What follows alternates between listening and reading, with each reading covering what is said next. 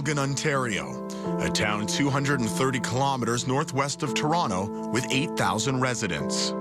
Like thousands of other Canadian children, Brett MacLean got hooked on hockey at a young age. I always had a stick in my hand, and it just was a big part of my life. I would play every day if I could have. In this small community, MacLean became a hockey prodigy with big-time ambition. I think I was the first one that kind of grew up in town and played all the way through and lived here the whole time. And it was a pretty big deal for myself. You come from Port Elgin, and a lot of people telling you growing up that no one makes it from here, so it's kind of a big dream to have. MacLean would become a prolific goal scorer in the OHL, as a 19-year-old netting 61 goals in 61 games with the Oshawa Generals. In front, MacLean!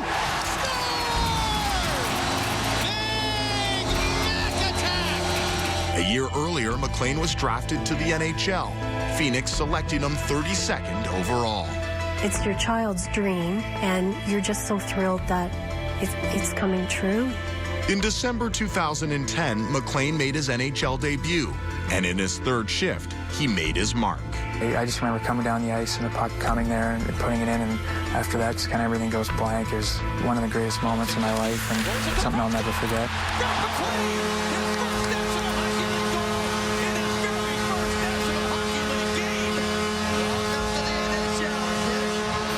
Then last July 2nd, at age 23, just 18 games into his NHL career, everything changed. The phone rang, and it was our youngest son that Brett was in the hospital, and you're thinking, like, what happened? Did he break a leg? Did he, get hit in the head, that kind of thing? And he said, no, he collapsed on the ice.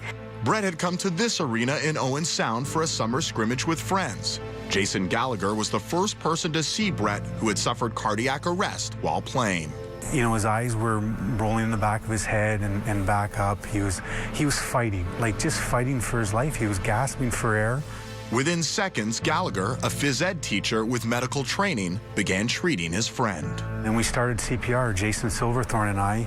He was doing the chest compressions, and I was supporting the head. Jay Forsland, a 21-year veteran of the Owen Sound Fire Department, was also at the rink. After calling 911, he grabbed the arena's defibrillator, also known as an AED. His color was really poor, which is something you kind of learn. As soon as we put the AED on him and administered the first shock, then almost automatically you could see a little bit of color come back. The paramedics arrived within 5 minutes and continued to use the defibrillator. MacLean was then airlifted to a hospital in London. Put him in an induced coma and,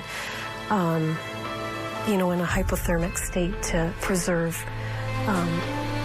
brain function, that kind of thing, and that we wouldn't really know anything for 24 hours. For 2 days, Brett lay in the hospital unconscious on a ventilator. Then 48 hours after collapsing on the ice, Brett MacLean awoke from his coma, weak, weary, and wondering what happened. Well, first I thought that I had drowned, because I remember being at the beach. That was my last memory at the moment. And then, they said I hadn't drowned, so I figured I must have gotten in a car accident. Didn't even think at all that I had played hockey or that could have been why it happened. If it is not attended to, people don't do CPR, and we don't have an automatic defibrillator nearby, survival rates are less than 5%. Brett left the hospital after 12 days with a clean bill of health, but also with an implantable cardiac defibrillator inserted into his chest, and knowing his NHL career was over. Last October, 3 months after his cardiac arrest, MacLean returned to the ice for the very first time. He now plays non-contact shinny twice a week. Off the ice, he shares his story as a spokesperson for the Canadian Heart and Stroke Foundation. Just spreading the awareness that defibrillators and CPR can save people's lives. I'm a perfect example of that, and if we can save a few extra people's lives every year, it's worth going out of my way and spreading the word. Thanks to David Amber and to Brett MacLean for the beautiful story. And Ellie, you want to chime in first on that? Well, just, on one hand, you feel so terribly for the guy. He had such a bright future. I remember going to see Phoenix a few years ago and Shane Doan asking about him in the OHL and saying he's exactly what we need here, that type of goal-scoring presence. But just to see that he's comfortable, he's happy, he's found a purpose, I think it's a great story. Also a testament to the human spirit and the will and the perseverance that he had. So that's great to see, and just to show how the community really helps out, especially those great folks in Owen Sound. It's great stuff. The day's about heart, and that story kind of touches it. And a tip of the hat to first responders again. It comes up time and again.